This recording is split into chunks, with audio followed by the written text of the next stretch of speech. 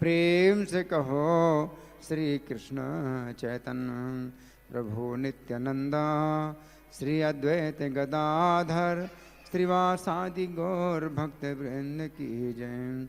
श्री श्री राधा पार्थ सारथी ललिता विशाखा गोप गोपिका श्याम कुंड राधा कुंड गिरि गोवर्धन की जय। श्री श्री गौनताय की जय। श्री श्री सीताराम लक्ष्मण हनुमान की जय। संवेद भक्त वृंद की जय। अनंत कोटि वैष्णव वृंद की जय। इस्कॉन वर्तमानाचार्य वृंद की जय। श्री श्री प्रहलाद नृसिंह देव की जय। गौर प्रेमानंदे all glories to simple devotees, all glories to simple devotees, all glories to simple devotees, all glories to Sri Guru and Gauranga. हरे कृष्णा। तो आप लोग जानते हैं कि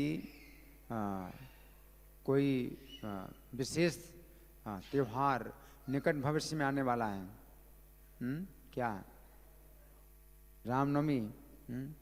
इसलिए हम लोग श्री राम के चरित्र में से कुछ बातें सुनेंगे। तो आप लोग और आगे आ जाएं, सब लोग कृपा करके आगे आ जाइए। तो एक विशेष चरित्र मैंने अनायास खोला है अध्यात्म रामायण से, तो एक विशेष चरित्र निकला है, तो उसको हम सुनेंगे बड़े ध्यान से। ये कथा महादेव जी सुना रहे हैं। कौन सुना रहे हैं? महादेव जी, शिव जी सुना रहे हैं। किसको सुना रहे हैं? पार्वती जी को।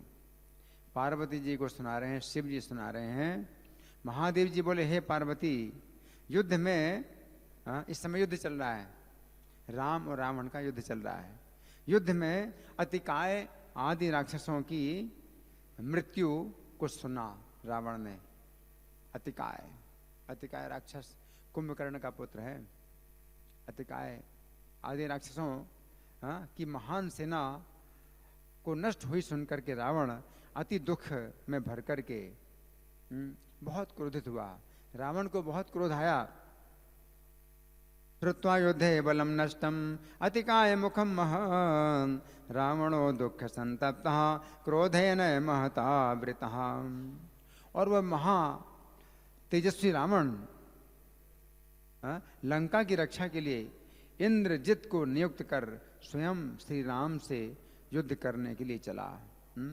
इंद्रजित को उसने लंका की रक्षा में नियुक्त कर दिया। इंद्रजित कौन है? इंद्रजित मेघनाथ कौन है? रावण का पुत्र है। तो अपने पुत्र को मेघनाथ को लंका की रक्षा में नियुक्त कर दिया और स्वयं आया किससे युद्ध करने के लिए? राम से युद्ध करने के लिए आया। निधाय इंद्र जितम लंका रक्षणार्थम महाद्युति स्वयं जगाम योद्धाय रामेण सह राक्षसः। महाबली राक्षस रावण समस्त शस्त्र अस्त्रों से सुसज्जित एक दिव्य रथ पर आरूढ़ होकर श्री राम की ओर दौड़ा। दिव्यम चंदनम आरोह्य सर्वशस्त्रार्थ संयुतम राममेवाभिद्रुद्राव राक्षसेन्द्रो महाबलः।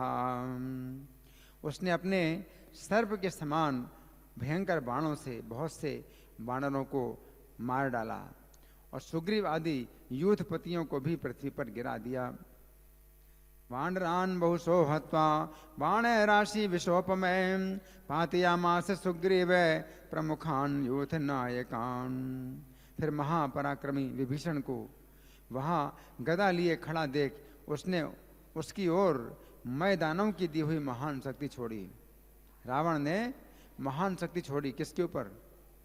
किसके ऊपर छोड़ी? विभीषण के ऊपर। विभीषण उसका भाई है, तो उसको बहुत गुस्सा आया। विभीषण को देख करके बहुत गुस्सा आया। विभीषण के हाथ में क्या है? गदा ना। उसने महान शक्ति छोड़ी। गदा पाणिम महासत्वम तत्र दृष्ट्वा विभीषणम उत्सर्जय महाशक्तिम मैं दत्ताम विभीषणे। उस शक्ति को विभीषण का नाश करने के लिए बढ़ती देख श्री राम ने इसे अभय दिया है। ये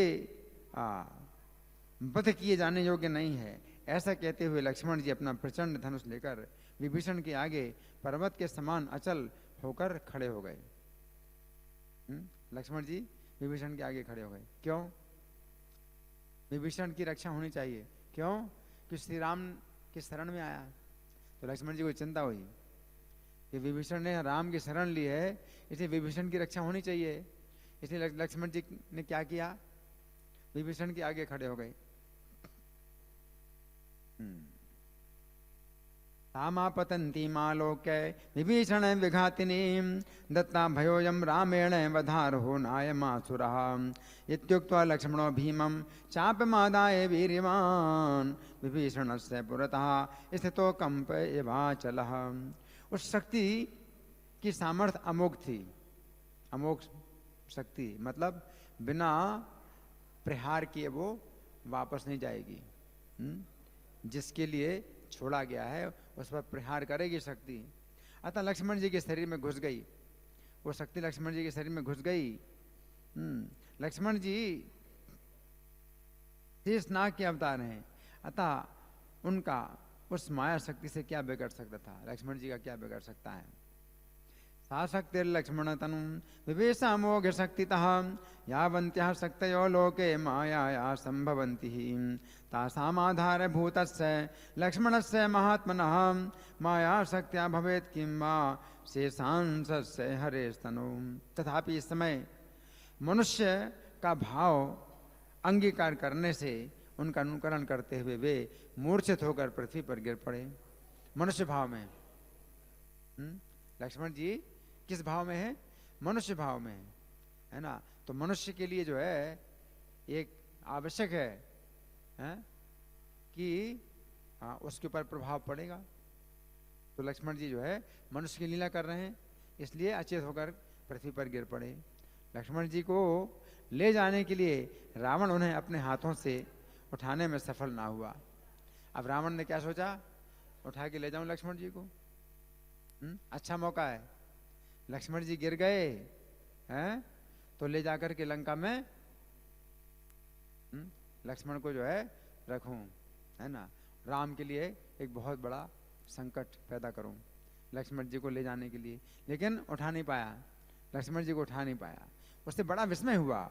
जो संपूर्ण जगत का भार उठाते हैं उनको एक सामान्य राक्षस कैसे उठा सकता है? हस्तैस्तोलयितुं शक्तो न बभूवाति विस्मितः सर्वस्य जगतः सारं विराजं परमेश्वरम।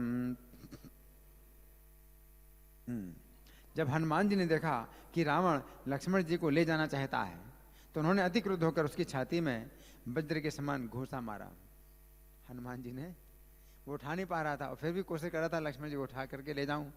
तो हनुमान जी आए तो छाती में एक घूंसा मारा रावण को।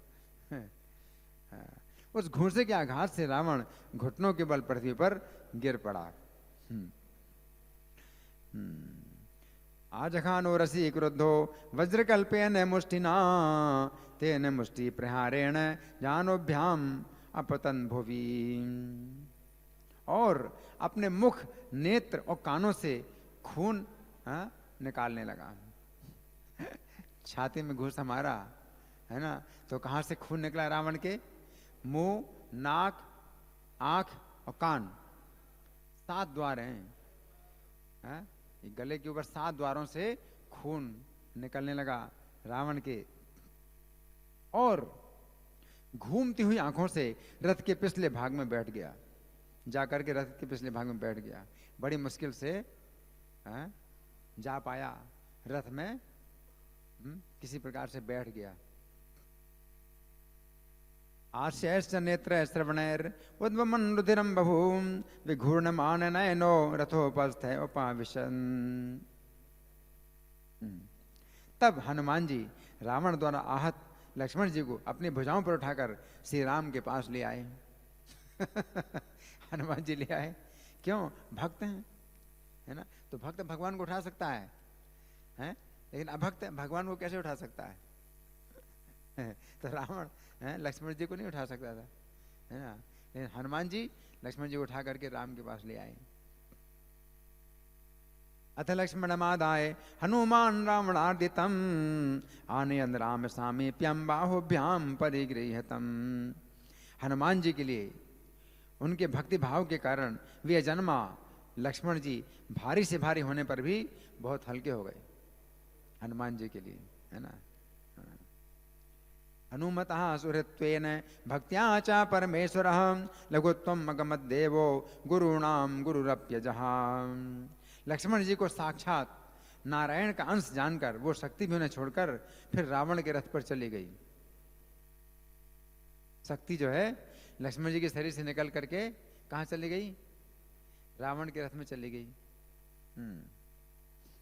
इधर रावण को भी जब धीरे धीरे कुछ होश आया, रावण को होश आया तो उसने अत्यंत क्रोध से अपना धनुष उठाया और श्री राम की ओर दौड़ा।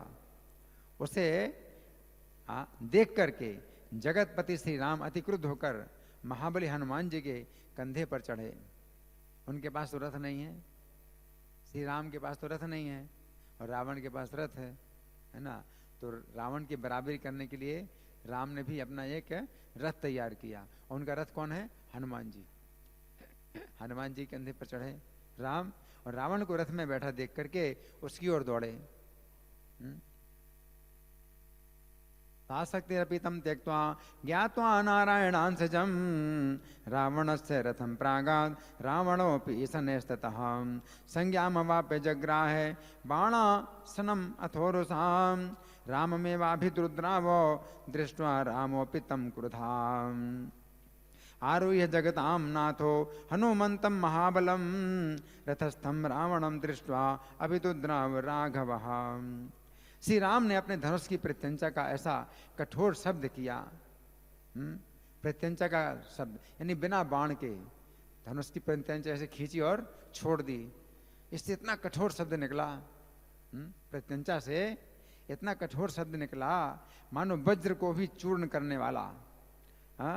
फिर अति गंभीर वाणी से राक्षस राज रावण से कहा, राम ने कहा, या शब्दम करोति ब्रह्म वज्र निष्पेष निष्ठुरम रामो गंभीर्या वाचा राक्षसेन्द्रम उवाच। अरे अधम राक्षस, जरा ठहर, मुझ सर्वत्र समदर्शी का ऐसा अपराध करके तू कहाँ जा सकता है? राम बोले, हैं मैं सर्वत्र समदर्शी हूं, मेरी समान दृष्टि है, लेकिन तू अपराध करता है तो मैं क्या करूंगा? तुझे दंड दूंगा, है ना। समदर्शी का ये मतलब नहीं है कोई अपराध करे तो उसको दंड ना दे, तो वैसे समदर्शी हैं श्री राम, लेकिन तूने मेरा अपराध किया है, अब तू कहाँ जाएगा? तू ठहर। राक्षसाधम तिष्ठाद्य क्व गमिष्यसि मे पुरः कृत्वा अपराधमेवं मे सर्वत्र समदर्शिनः। अरे तनिक तू मेरे सामने खड़ा रहे, जिस बाण से मैंने जनस्थान में तेरे राक्षसों को मारा था, आज उसी से तुझे भी मार डालूंगा। येन बाणेन निहता राक्षसास्ते जनालये तेनैव त्वां हनिष्यामि तिष्ठाद्य मम गोचरे। श्री राम के वचन सुनकर रावण ने उन्हें वहन करने वाले हनुमान जी को बड़े तीखे बाण मारे। रावण ने किसको मारे बाण? हनुमान जी को बाण मारे। श्रीरामस्य वचः श्रुत्वा रावणो मारुतात्मजं वहन्तं राघवं संख्ये शरैस्तीक्ष्णैः रताडयन्। किंतु उन तीक्ष्ण बाणों के लगने पर भी पवन पुत्र का तेज बढ़ता ही गया, कुछ फर्क नहीं पड़ा। हनुमान जी की शक्ति और बढ़ गई, रावण के बाणों के लगने से कुछ घट ही नहीं सकती उनकी। और वे महान बानर बड़े जोर से गरजने लगे। हतस्यापि शरैस्तीक्ष्णैर् वायुसूनो सुतेजसां जबर्धते पुनस्तेजो ननर्दे च महाकपिः। जब श्री राम ने हनुमान जी को छत विक्षत देखा, बहुत घायल हो गए हनुमान जी, तो बड़ा भयंकर क्रोध किया श्री राम ने। ततो दृष्ट्वा हनुमन्तं सवृणं रघुसत्तमः क्रोधमाहारयामास कालरुद्र एवापरः। और अपने तीक्ष्ण बाणों से बड़ी फुर्ती के साथ रावण के घोड़े सहित रथ, ध्वजा, सारथी, शस्त्र, धनुष, छत्र और पताका सब काट डाले। रावण का क्या क्या काट दिया?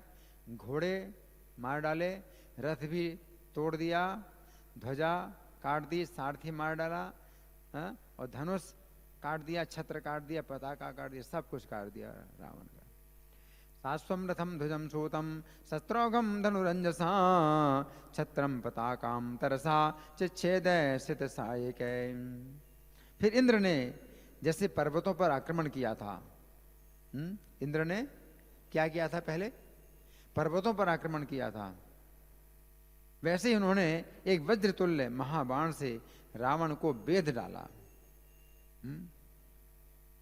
पर्वतों पर आक्रमण किया था, तो पर्वतों का आकार तो बहुत बड़ा है, इंद्र तो उतना बड़े नहीं, छोटे आकार वाले हैं। पर्वतों के क्या किए? पंख काट दिए। उसी प्रकार से श्री राम ने क्या किया? रावण को वज्रतुल्य महाबाण से बीन दिया। ततो महासरेणासु रावणम रघुसत्तमः विव्याध वज्रकल्पेन पाकारी रिव पर्वतम। श्री राम का बाण लगने से वो विचलित हो गया, उससे मूर्छा आ गई, उसके हाथ से धनुष छूट गया।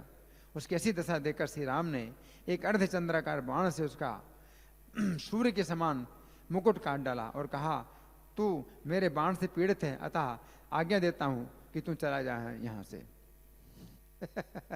राम ने क्या कहा? अभी मारा नहीं उसको। राम ने क्या कहा? वज्रतुल्य बाण से रावण का क्या हुआ? मूर्छा आ गई, हाथ से धनुष गिर गया। ऐसी दशा देख करके उसका मुकुट काटा, उसका सिर नहीं काटा, मुकुट काटा और क्या कहा? मैं आज्ञा देता हूं कि तू चला जा, तुम मेरे बाण से पीड़ित हो गया है, तू चला जा अभी। आज लंका में जाकर विश्राम कर, फिर कल मेरा पराक्रम देखना। आज जा विश्राम कर ले। राम बोले, अर्धचंद्रेण चिच्छेद तत्किरीटम रवि प्रभम अनुजानामि गच्छ त्वं इदानीं बाण पीडितः। प्रविश्य लंकाम आश्वास्य स्वापश्यसि बलम ममे राम बाणेन संविद्धो हत दर्पोथ रावण। श्री राम के बाण से विद्ध होने के कारण सारा दर्प चूर्ण हो जाने से रावण लज्जित और व्याकुल होकर लंका में प्रविष्ट हुआ। लज्जित हुआ और बड़ा व्याकुल हुआ और लंका में प्रविष्ट हुआ। इधर श्री राम भी लक्ष्मण जी को मूर्छित अवस्था में पृथ्वी पर पड़े देख मनुष्य भाव में शोक करने लगे। मनुष्य भाव में भगवान शोक कर रहे हैं, श्री राम मनुष्य लीला कर रहे हैं ना। तो और हनुमान जी से बोले, वत्स पहले तरह ही महाऔषधि लाकर लक्ष्मण और बानरों को जीवित करो। राम ने किससे कहा? हनुमान जी से कहा, पहले जैसे किया था वैसे अब दोबारा करो, लक्ष्मण को और बानरों को जीवित करो। रावण ने बहुत से बानर मार डाले थे, बानरों को जीवित करो, लक्ष्मण को जीवित करो। श्री राम के इस पर कहने पर महाकपि हनुमान जी बहुत अच्छा कहकर एक क्षण में ही महासागर को पार कर वायु वेग से चले। इसी समय रावण के गुप्तचरों ने रावण को बताया, अच्छा अवसर है। रावण के गुप्तचरों ने रावण को बताया कि अभी अच्छा अवसर है। मानुषत्वम् उपाश्रित लीलयानु सुशोचः ततः प्राह हनुमन्तं वत्स जीवै लक्ष्मणं महोषधि समानीय पूर्वन्वानरानपि तथेति राघवेणोक्तो जगामासु महाकपिः। हनुमान् वायुवेगेन क्षणात् तीर्त्वा महोदधिम् एतस्मिन्नन्तरे चारा रावणाय निवेदयन्। हे स्वामी, राम ने हनुमान को क्षीर समुद्र पर भेजा है और वो लक्ष्मण को जीवित करने के लिए महाऔषधि लेने गया है। किसने कहा? गुप्तचरों ने। किससे कहा? रावण से कहा। रामेण प्रेषितो देव हनुमान क्षीर सागरम गतो ने तुम लक्ष्मणस्य जीवनार्थम महौषधि। उनके वचन सुनकर राक्षस राज अति चिंता में आतुर हुआ। उसी क्षण रात्रि में ही अकेला काल नेमि के घर में गया। रावण बहुत चिंतित हो गया। किस बात से चिंतित हो गया? कि हाँ लक्ष्मण जी को जीवित कर देगा हनुमान तो, हाँ तो उसको बड़ी चिंता हुई। तो काल नेमी के घर में गया रावण। श्रुत्वा तच्चार वचनम राजा चिंता परो भवन जगाम रात्रा वेकाकी काल नेमी गृहम क्षणाम। रात्रि का समय चल रहा है। रावण को घर आया देख काल नेमी को बड़ा आश्चर्य हुआ। वो उसे पूजा करके उसके सामने खड़ा हुआ और अति भयभीत हो हाथ जोड़कर बोला, गृहागतम समालोक्य रावणम विस्मयान्वितः काल नेमी रुवाचेदम प्रांजलिर अंधविह्वलः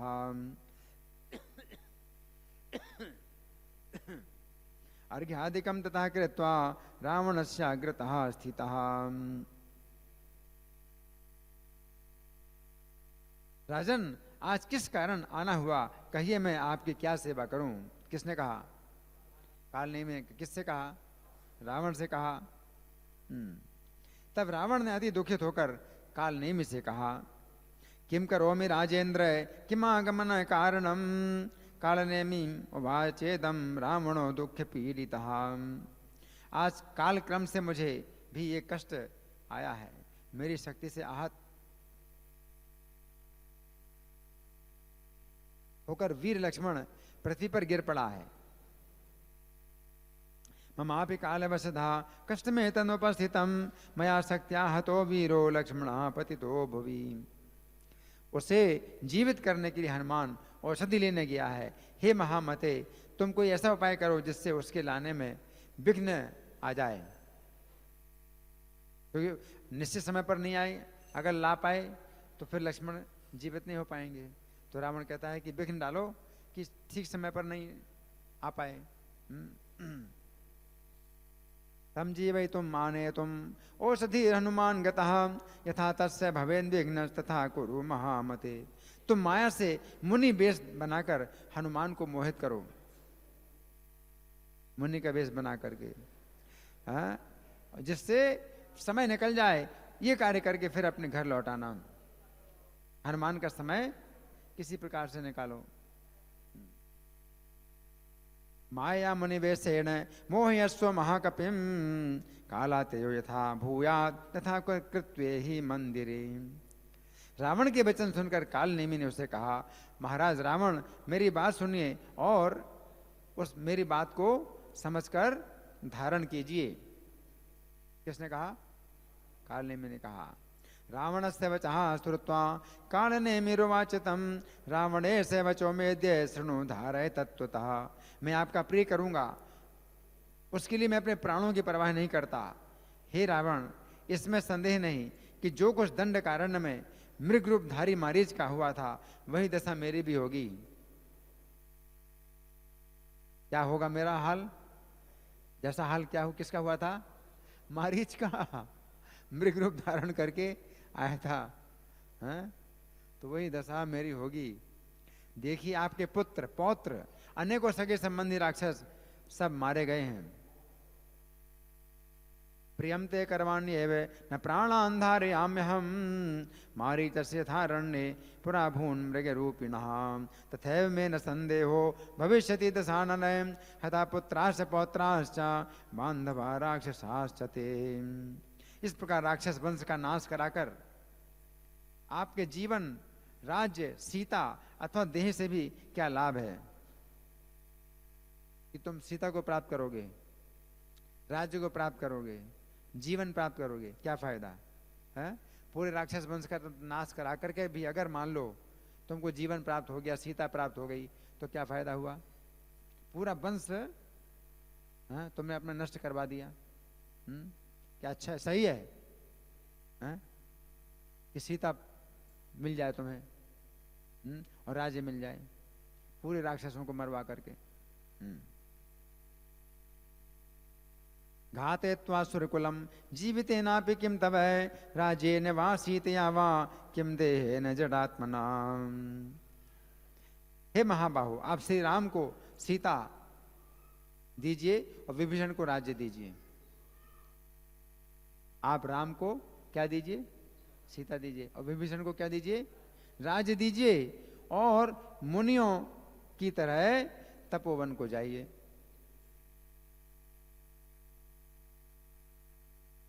सीता दीजिए राम को और राज्य दीजिए विभीषण को, और आप कहाँ जाइए? वन में। किस लिए? तपस्या करने के लिए जाइए। सीताम प्रियच्छ रामाय राज्यम देहि विभीषणे वनम याहि महाबाहो रम्यम मुनिगणाश्रयम। वहाँ प्रातःकाल शुद्ध जल में स्नान करके संध्या उपासना आदि नित्य कर्मों से निवृत्त होकर एकांत देश में सुखपूर्वक आसन से बैठिए। स्नात्वा प्रातः शुभ जले कृत्वा संध्यादिका क्रिया तत एकांतमाश्रित्य सुखासन परिग्रह। और सब ओर से निस्संग हो विषयों को छोड़ अपनी इंद्रियों को धीरे धीरे अंतर्मुखी कीजिए। विसृज सर्वतः संगम इतरान विषयान बहि प्रवृत्ताक्षगणम सन प्रत्यंग प्रवाहये। हे रावण, अपनी आत्मा को सदा प्रकृति से भिन्न समझिए। देह बुद्धि इंद्रियों से युक्त संपूर्ण चराचर जगत, ब्रह्मा से लेकर कीट पर्यंत जो कुछ दिखाई या सुनाई देता है वो सब प्रकृति है, वही माया कहलाती है। वही सर्वदा संसार रूपी वृक्ष की उत्पत्ति, स्थिति और विनाश की कारण रूप है। सात्विक, राजस और तामस प्रजा उत्पन्न करती है, और वही अपने गुणों से दिन रात सर्वव्यापक जीव को मोहित करके काम क्रोध आदि को उत्पन्न करती है। जिससे युक्त होकर जीवात्मा मायिक गुणों से मोहित होकर अपने स्वरूप को भूल जाता है और नित्य शुद्ध होता हुआ भी सदा बाहरी विषयों को देखने लगता है। जिस समय सद्गुरु का साक्षात्कार होता है और वे उसे निर्मल ज्ञान दृष्टि से जागृत करते हैं, उस समय वो विषयों से अपनी दृष्टि हटाकर अपने आप को ही स्पष्ट देखता है, और फिर ये देहधारी जीव जीवन मुक्त होकर प्राकृत गुणों से छूट जाता है। जीवन मुक्त सदा देहि मुच्यते प्राकृत गुण तुम अप्येवं सदात्मानं विचार्य नीतेन्द्रिय। हे रावण, आप संयत इंद्रिय होकर इसी प्रकार अपने वास्तविक आत्मस्वरूप का चिंतन कीजिए। इससे आप मुक्त हो जाएंगे, और यदि आप इस प्रकार ध्यान करने में समर्थ हैं तो भगवान का आश्रय लीजिए। हृदय कमल की कर्णिकाओं में मणियों से जटित स्वर्ण सिंहासन पर जो जानकी सहित विराजमान है, हृदय में एक कमल है और उसमें सोने के सिंहासन में जानकी के साथ विराजमान है, जो वीरासन से बैठे हैं, जिनके नेत्र अति विशाल और वस्त्र विद्युत के समान तेजोमय हैं, और जो किरीट, हार, केयूर और कौस्तुभ मणि आदि आभूषणों से विभूषित हैं, नूपुर, कटक और वनमाला आदि से जिनकी अपूर्व शोभा हो रही है, और लक्ष्मण जी अपने हाथों में 2 धनुष लिए जिनकी सेवा में खड़े हैं, उन सब के हृदय में विराजमान अपने आत्मरूप श्री राम का इस प्रकार सर्वथा अत्यंत भक्ति पूर्वक ध्यान करने से आप मुक्त हो जाएंगे, इसमें संदेह नहीं है। नूपुर कटकैर्भान्तम तथैव वनमालया लक्ष्मणेन धनुर्द्वन्द्वो करेण परिसेवितम्। एवं ध्यात्वा सदात्मानं रामं सर्वहृदय स्थितं भक्त्या परमया युक्तो मुच्यते नात्र संशयः। नित्य अनन्य बुद्धि पूर्वक उनके भक्तों के मुख से उनके पवित्र चरित्र सुनिए। ऐसा करने से आपके पहले के महान पाप भी एक क्षण में इस प्रकार भस्म हो जाएंगे, जैसे अग्नि से रुई का ढेर भस्म हो जाता है। रुई का ढेर आग में कितनी जल्दी भस्म हो जाता है, उसी प्रकार आपके पाप जो है सब क्षण जाएंगे, नष्ट हो जाएंगे भक्तों के मुख से श्री राम के चरित्र का श्रवण करने से। शृण्वे चरितम तस्य भक्तैर्नित्यम अनन्यधि एवं चेत कृत्य पूर्वाणि पापानि च महान्तपि क्षणादेव विनश्यन्ति यथाग्ने स्थूल राशयः। जो सर्वत्र परिपूर्ण है, उन अद्वितीय श्री राम के साथ बैर छोड़कर प्रेम पूर्वक उन पुराण पुरुष की हृदय में भावना कर उनका सर्वदा भजन कीजिए। किसने कहा? काल नेमी ने किससे कहा? रावण से कहा। भजस्व रामम परिपूर्णमेकम विहाय वैरम निज भक्ति युक्त हृदय सदा भावित भाव रूपम अनाम रूपम पुरुषम पुराणम। महादेव जी बोले, हे पार्वती, जैसे अग्नि से तपाया हुआ घी, जैसे अग्नि में तपाया हुआ घी जल डालने से छुन छुन आने लगता है। देखा, अग्नि में घी तपा हुआ हो और पानी डालो तो छुन छुन करेगा। वैसे ही काल नेमि के अमृत तुल्य वचन सुनकर रावण जल उठा, क्रोध से उसके नेत्र लाल हो गए। काल नेमि वचः श्रुत्वा रावणो अमृत सन्निभम जज्वाल क्रोध ताम्राक्षा सर्पिरद्भिर्वाग्निमान्। वो कहने लगा, अरे मालूम होता है तू शत्रु से कुछ लेकर ही इस प्रकार राम के दास की भांति बातें बनाता है। तूने शत्रु से कुछ प्राप्त किया है, घूस प्राप्त किए। शत्रु से रिश्वत लेकर के तू मुझसे बताता है ये सब बात। रिश्वत। याद रख, मेरी आज्ञा का उल्लंघन करने वाले तुझ दुष्ट को मैं अभी मार डालूंगा। राम के द्वारा तो तुम बाद में मारा जाएगा, मैं तुझे अभी मार डालूंगा। नयनमित्वां दुरात्मानं मच्छासन परांगमुखम पर किंचन गृहीत्वा त्वं भाससे राम किंकरः। तब कालनेमि ने रावण से कहा, देव, क्रोध की क्या बात है? यदि आपको मेरा कथन अच्छा नहीं लगता तो मैं भी जाकर वही करता हूं। आपको नहीं लगता अच्छा? हाँ, तो मैं क्या करूंगा? ठीक है, जैसा कहते हो वैसे ही करूंगा। कालनेमि रुवाचेदं रावणं देव किं क्रुधा न रोचते मे वचनं यदि गत्वा करोमि तत्।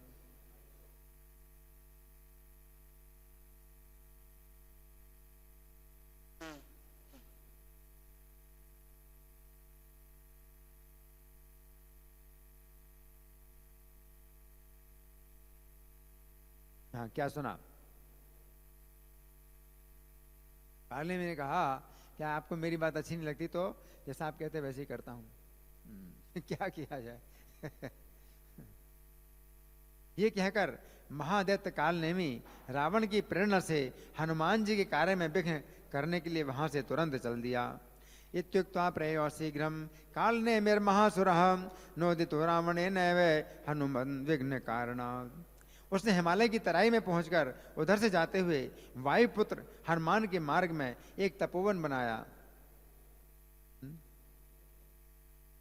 वायु मार्ग से जा रहे हनुमान जी, रास्ते में उसने हिमालय की तराई में क्या बनाया? तपोवन बनाया। और वहां वो दुष्ट स्वयं मुनि वेश बनाकर शिष्यों से घिरकर बैठ गया। जिस समय हनुमान जी वहां पहुंचे तो उन्होंने वो सुंदर आश्रम देखा। अरे, ये कैसा बहुत बढ़िया आश्रम लग रहा है।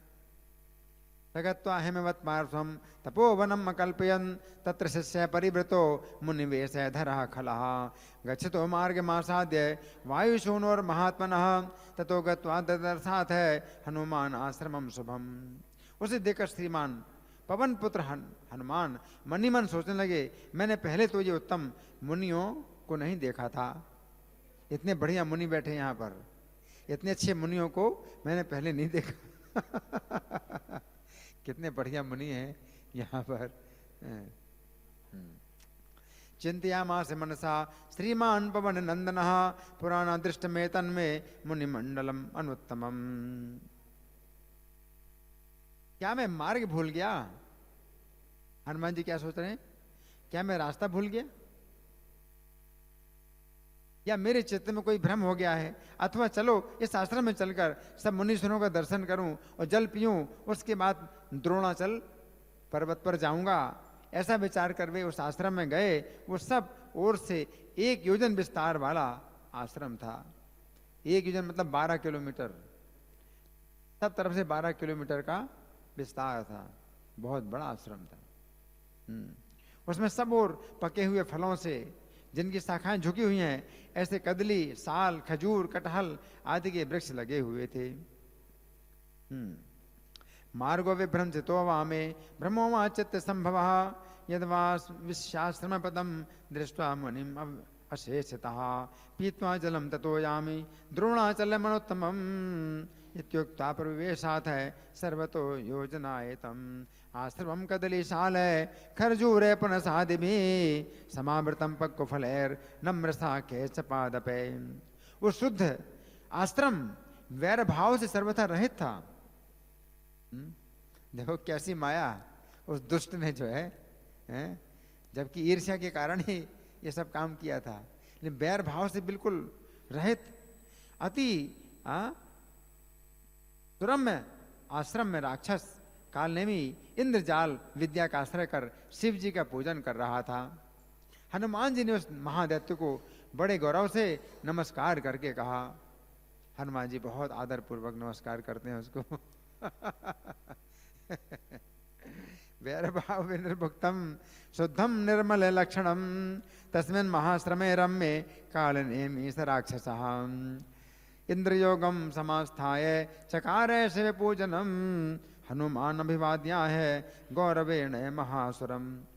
हे मुनीश्वर, मैं श्री राम का दूत हूँ, मेरा नाम हनुमान है और मैं श्री राम के एक महान कार्य से क्षीर सागर को जा रहा हूँ।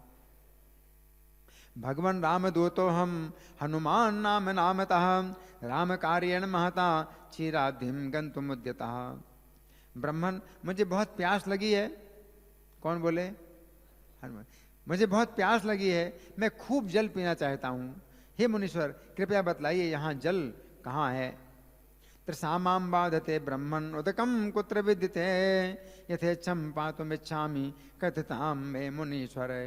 हनुमान जी के वचन सुनकर कालनेमी ने कहा, तुम मेरे कमंडलू का जल पी सकते हो? तच्छ्रुत्वा मारुतेर्वाक्यम कालनेमिस्तमब्रवीन् कमंडलुगतम तोयम मम त्वं पातुमर्हसि। यहाँ ये फल मौजूद हैं, इन्हें खाओ और फिर सुखपूर्वक यहाँ विश्राम कर कुछ सो लो, सो जाओ। फल मूल खाओ और विश्राम पूर्वक सो जाओ। ऐसी जल्दी मत करो, जल्दी मत करो।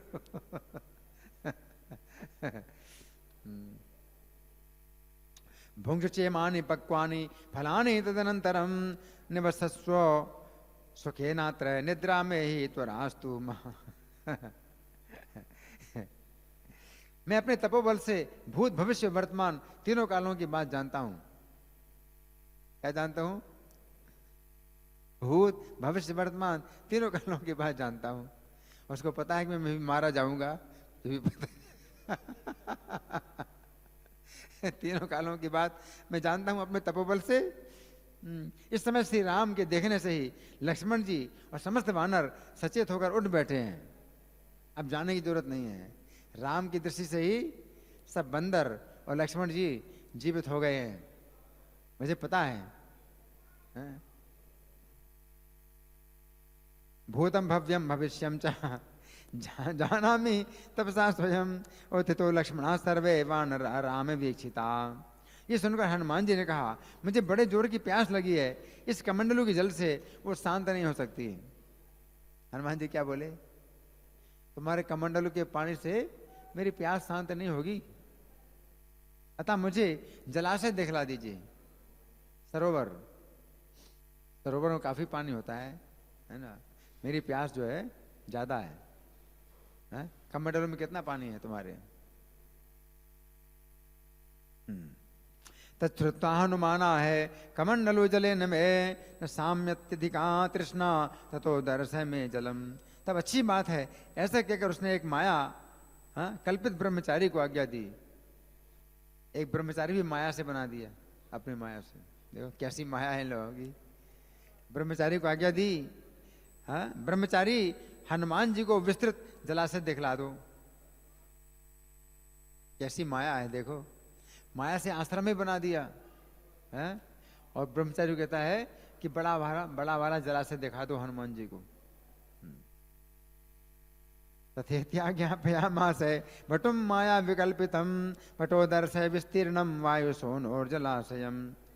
फिर बोला देखो तुम आंखें मूंद कर जल पीना। कौन बोला?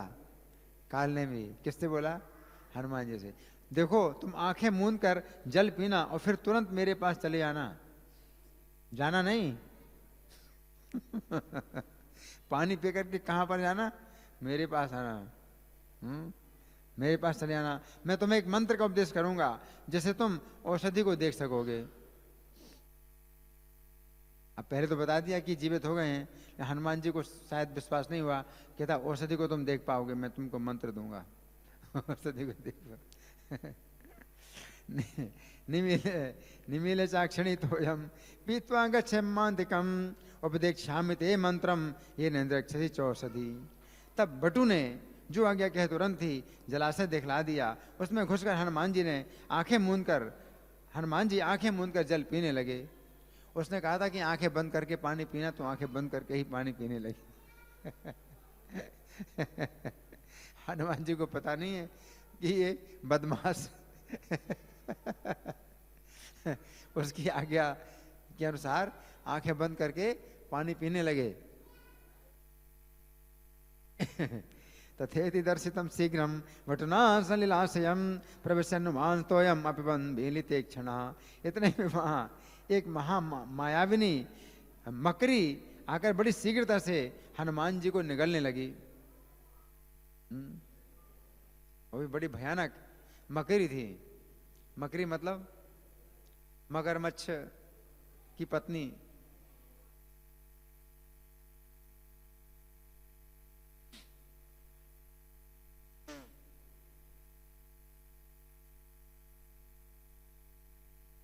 निकलने लगी।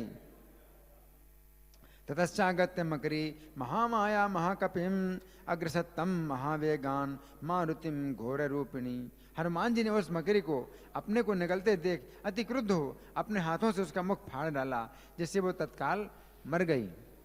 हाथ से फाड़ दिया। अब तो आंखें खोली होगी ना। अब तो आंखें खोल ली हैं और उस मकरी को फाड़ डाला। ततोदर्श हनुमान ग्रसंती मकरी मृषाम धारयामास हस्ताभ्याम वदनम सामारह।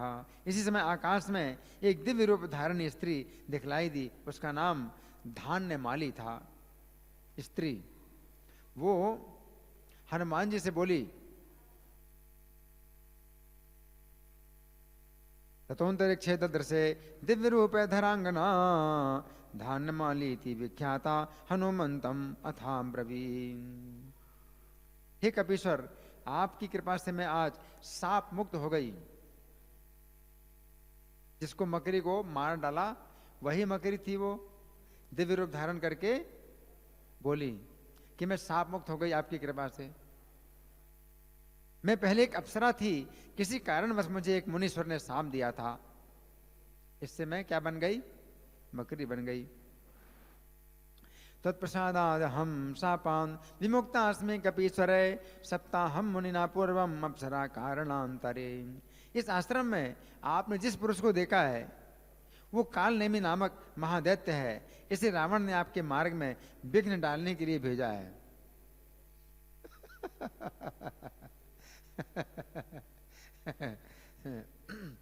आश्रम यस्तु ते दृष्टा काल ने मेरे महासुरा रावण प्रहितो मार्गे विघ्नम कर तुम तवानघ। ये मुनि वेश धारण करने वाला कोई मुनि नहीं है, बल्कि ब्राह्मणों की हत्या करने वाला है। इस दुष्ट को शीघ्र ही मारकर आप द्रोणाचल को जाइए।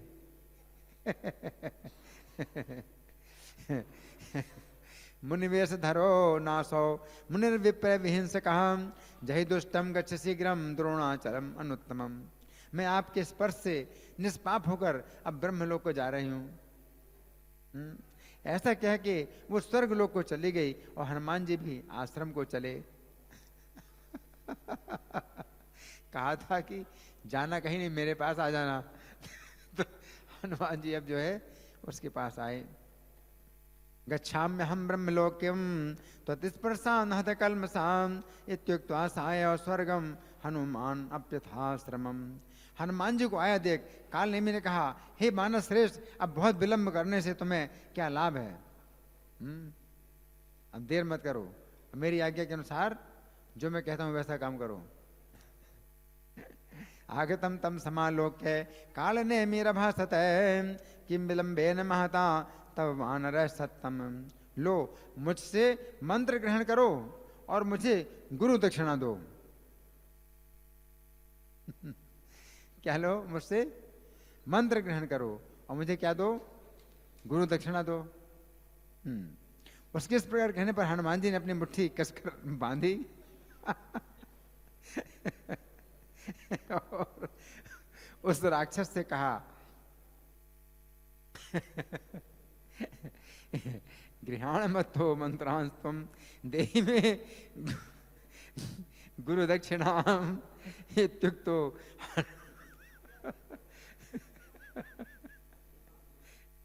इत्युक्तो हनुमान मुष्टिम दृढ़म बद्ध्वा राक्षसम।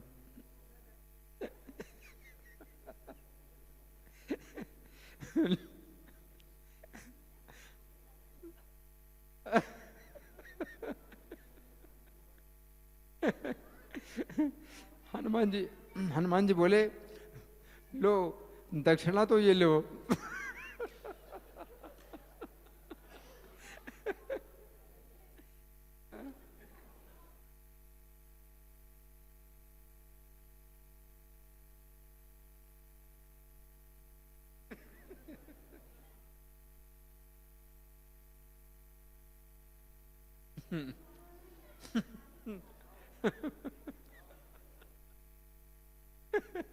मंत्र बाद में देना, पहले दक्षिणा ले लो।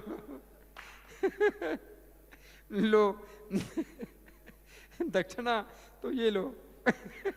ऐसा कहकर उसे एक मुक्का मारा। उसके लगते ही महादैत्य कालने में मुनि वेश त्याग कर नाना प्रकार की मायाओं से हनुमान जी के साथ लड़ने लगा। किंतु हनुमान जी तो महामायावी श्री राम के दूत और इन तुच्छ मायावी राक्षसों के शत्रु थे। गृहाण दक्षिणा में ताम इत्युक्त्वा न जघान तम विसृज्य मुनिवेशम सा काल ने मेर महासुरः युधे वायु पुत्रेण नाना माया विधानतः महामाया के दूतों सौ हनुमान माई नाम रिपु। उन्होंने उसके सिर में एक मुक्का मारा जिससे मस्तक फट जाने के कारण वो तुरंत मर गया। तदनंतर वे क्षीर समुद्र पर पहुंचे और महापर्वत द्रोण को देखा, किंतु उन्हें वो औषधि ना मिली। अतः फौरन ही उस पर्वत को उखाड़ लिया और उसे वायु वेग से श्री राम के पास ले जाकर उनसे कहा, हे देवेश्वर, मैं इस महापर्वत को लाया हूँ, आप जो उचित समझें शीघ्र ही करें, इस कार्य में विलंब करना ठीक नहीं है।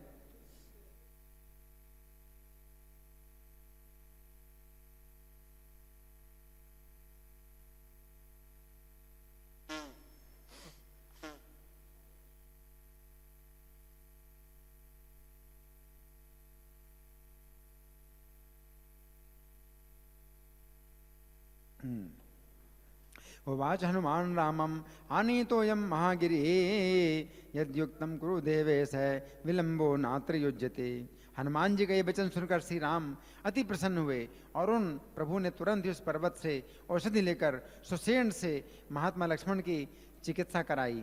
तब नींद से उठे हुए के समान लक्ष्मण जी ने सचेत होकर कहा, चिकित्साम कारयामास लक्ष्मणाय महात्मने तथा सुप्तोत्थित इव बुद्ध्वा प्रोवाच लक्ष्मण। अरे दुष्ट रावण, खड़ा रहे, तू जाएगा कहाँ? लक्ष्मण जी को पता नहीं कि कितनी देर हो चुकी है और अभी मतलब घटना हो चुकी है। लक्ष्मण जी सोचते हैं कि अभी जो है मैं गिरा था, अभी मैं उठ गया। तो रावण कहते हैं, रावण तू जाएगा कहाँ? मैं तुझे अभी मारे डालता हूं। उन्हें इस प्रकार कहते देख श्री राम ने उनका सिर सूंघकर हनुमान जी से कहा, हे वत्स, हे महाकपे, आज तुम्हारी कृपा से ही मैं अपने भाई लक्ष्मण को जीवित देख रहा हूं। तिष्ठ तिष्ठ कुगंतासी हन्मिदानीं दशाननय इति ब्रुवन्तम् आलोक्य मूर्ध्निवघ्राय राघवः मारुतिं प्राह वत्साद्य त्वन्प्रसादान् महाकपे निरामयं प्रपश्यामि लक्ष्मणं भ्रातरं मम। हनुमान जी से इस प्रकार कहकर श्री राम ने सुग्रीव और अन्य वानरों के साथ विभीषण की सम्मति से युद्ध की तैयारी शुरू कर दी। तब युद्ध के लिए अत्यंत उत्सुक समस्त वानर पत्थर, वृक्ष, पर्वत शिखर लेकर लड़ने के लिए चले।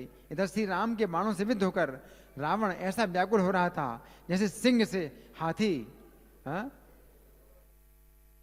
व्याकुल हो जाता है, शेर से हाथी व्याकुल हो जाए, गरुड़ से सर्प व्याकुल हो जाए।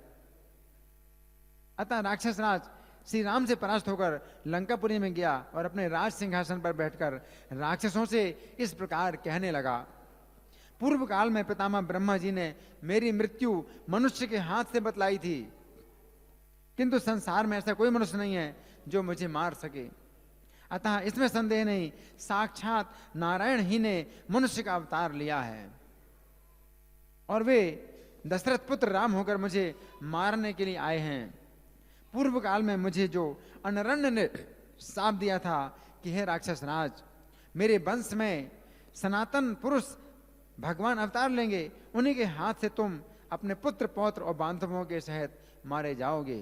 कौन कह रहा है?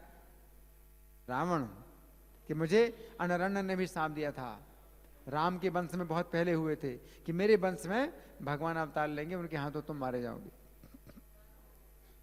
और ऐसा कहकर वे स्वर्ग को चले गए थे। सो उन्हीं राम ने मेरे लिए अवतार लिया है और ये मुझे अवश्य मारेंगे।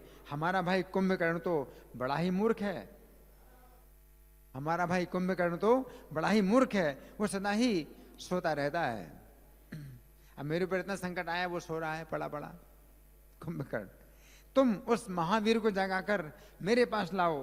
रावण के इस प्रकार कहने पर वे राक्षस तुरंत ही गए और प्रयत्न पूर्वक कुंभकर्ण को जगाकर रावण के पास लाए। वहां पहुंचने पर वो राजा को प्रणाम कर आसन पर बैठ गया।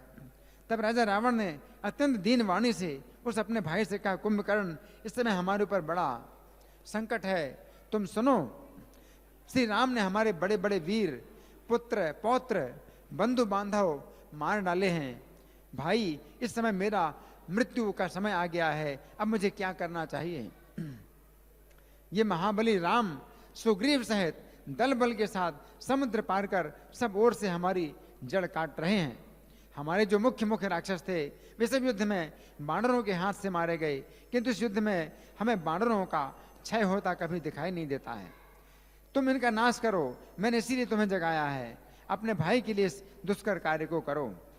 रावण के दुख में वचन सुनकर कुंभकर्ण बड़े जोर से ठट्ठा मारकर हंसा और इस प्रकार कहने लगा, राजन, आपने जब पहले सम्मति की थी उस समय मैंने जो कुछ कहा था, आपके पाप का वो फल आज उपस्थित हो गया है। मैंने तो आपसे पहले ही कहा था कि राम साक्षात परम ब्रह्म नारायण हैं और सीता जी योग माया हैं, किंतु आप तो समझाने पर भी नहीं समझते।